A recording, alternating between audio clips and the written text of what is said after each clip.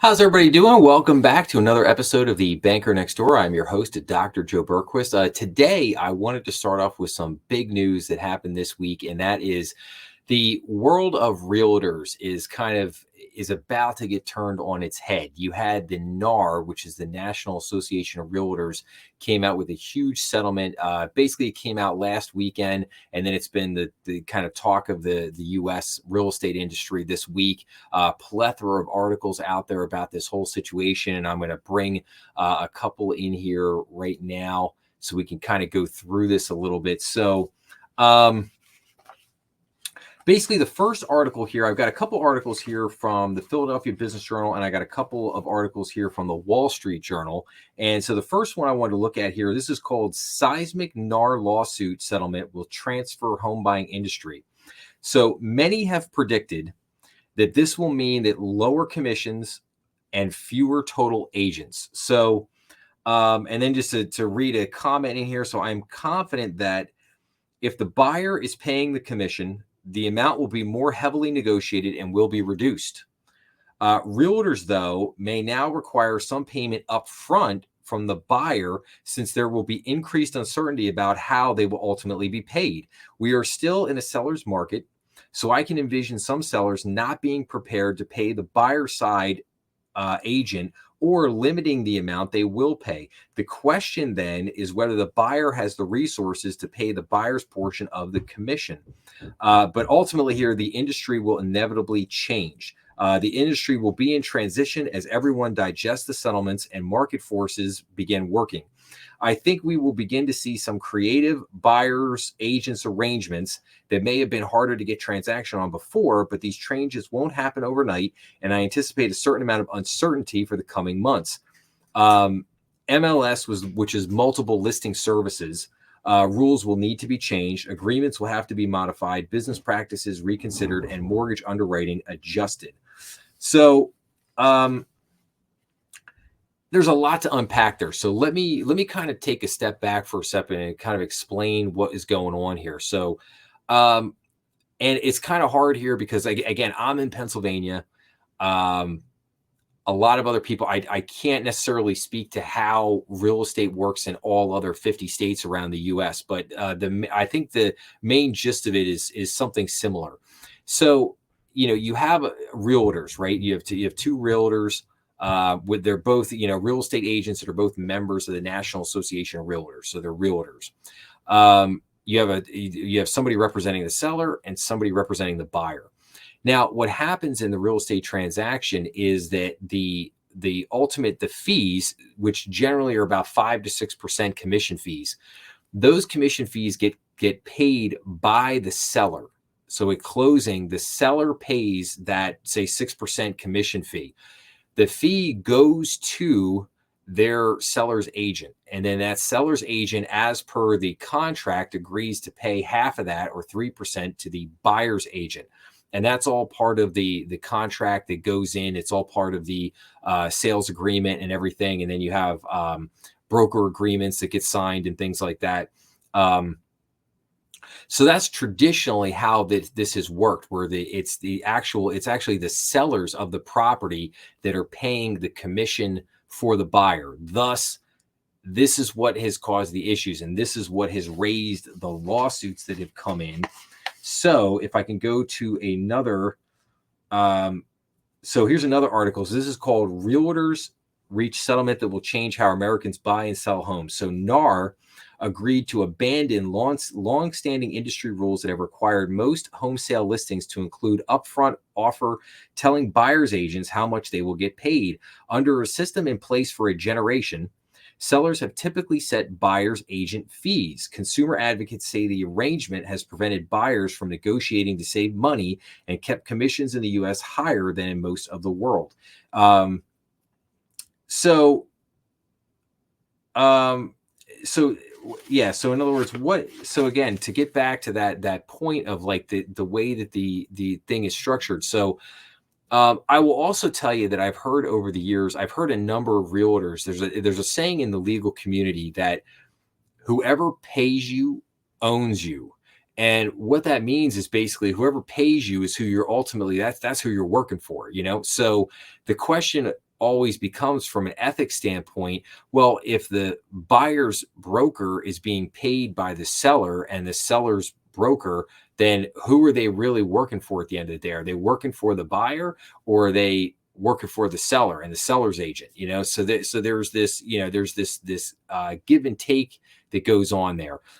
There's also something called dual representation, where one agent can represent both the seller and the buyer, but that kind of gets into a different scenario there. But there's a lot of interesting things to unpack here. Like, I think on the one side, you can make the argument because of new technologies that have come out, and because it's a seller's market, that what are real estate agents, the seller's agents, like, what are they really doing to earn that commission? A lot of people, I think, would simplify it and say, well, they're taking pictures and they're putting they put my property on the MLS listing service, and then in 3 days, we get 16 showings, and then boom, the house is sold, and that's the end of it. So what, and they might get a $30,000 commission out of this. So it's like, so I lost $30,000, and what did they really do for me, other than putting some pictures up online and putting up some property information? So I think there's an argument to be made there as to, like, what are the sellers really doing? On the other side of it, the buyer's agent, the argument could be made that the buyer's agent is the one that's really doing all the work. I mean, they're the ones that they got to take the home buyers. They're probably taking them around, showing them 10, 15, 20 houses sometimes, spending a lot of nights out with them, having a lot of conversations, just spending hours and hours and hours working with them. And then finally they find a property and they sign the agreement on it. And, then it's like, okay, so how are they getting paid and what's going on now? That's one thing. You could have these kind of arguments about value, about who's really providing value, and why are agents making kind of as much money as they are on different ends of the transaction, and all that kind of stuff. So there's arguments, I think, to be made on both sides there. It also depends very much on what type of a market it is. Is it a seller's market? It's a buyer's market. We've been in a seller's market for a while now.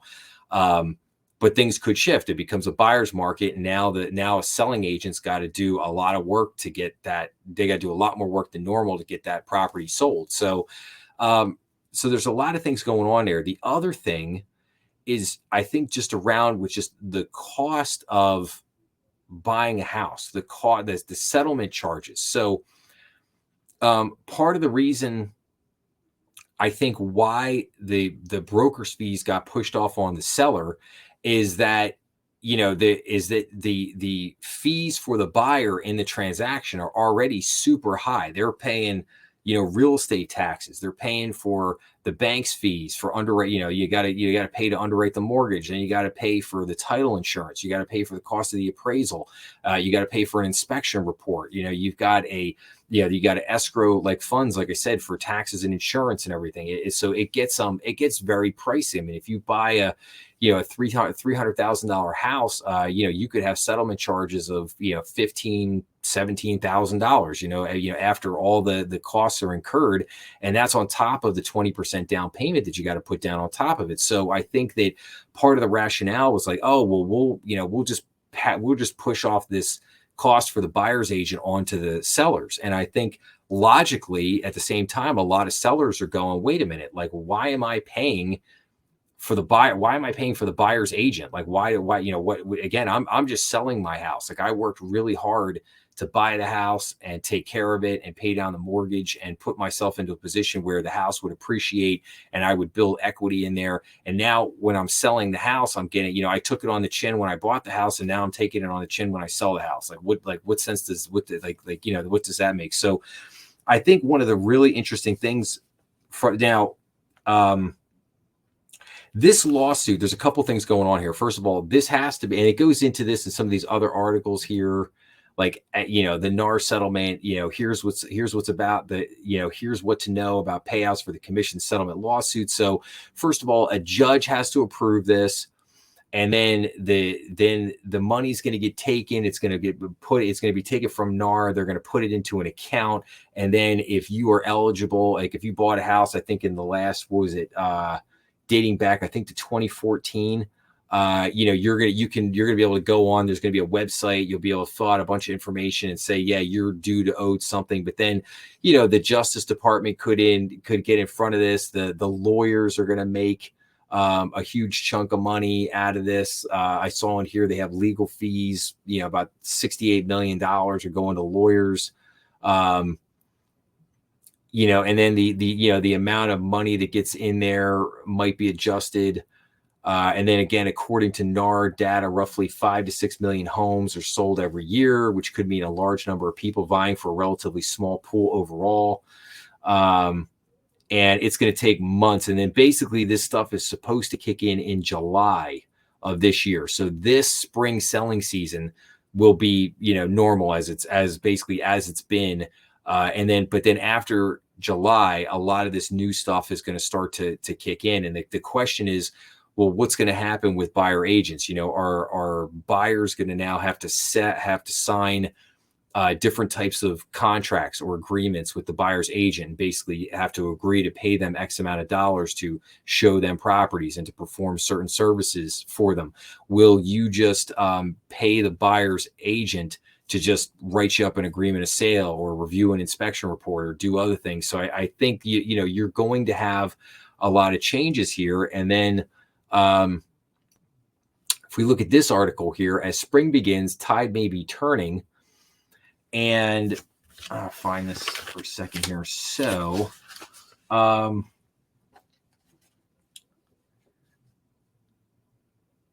let's see here. So experts and agents across the region seem to agree that the activity this spring will be more so spurred by homeowners who have to move due to life events rather than moves to upside or downsize, with rates not yet seeing the declines made hope for this year. Homeowners have been holding on tightly to low rates. That's not what I was looking for. Inventory.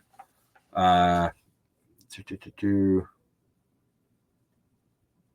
right, that's not really what I was looking for there. But anyway, the question becomes, like, how is this all going to play out in terms of, is this going to be an added cost for buyers, particularly first-time home buyers? Like, are they going to have an added expense now on top of them?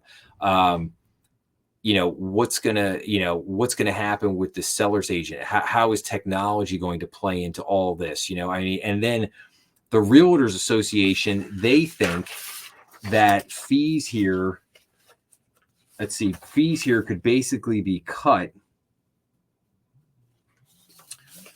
And basically, the new commission structure could pose challenges for first-time buyers and others who are struggling to save for a down payment, because the buyer's agent's commission has long been baked into the sale price. The buyer was able to finance that cost over the length of the mortgage instead of having to pay it up front at the closing table. And then I want to get into, okay, and it goes into this example here. So this seller bought a 3-bedroom townhouse in a town called Bothell, Washington in December. And the husband and wife, they said, they didn't think their real estate agent had a strong incentive to bargain on their behalf, because the agent was being paid a percent of the sales price, meaning the agent got paid more if the home sold for a higher price. So in this entire system, there's absolutely nobody looking out for the buyer. So again, kind of one of the arguments as to why this whole thing was happening.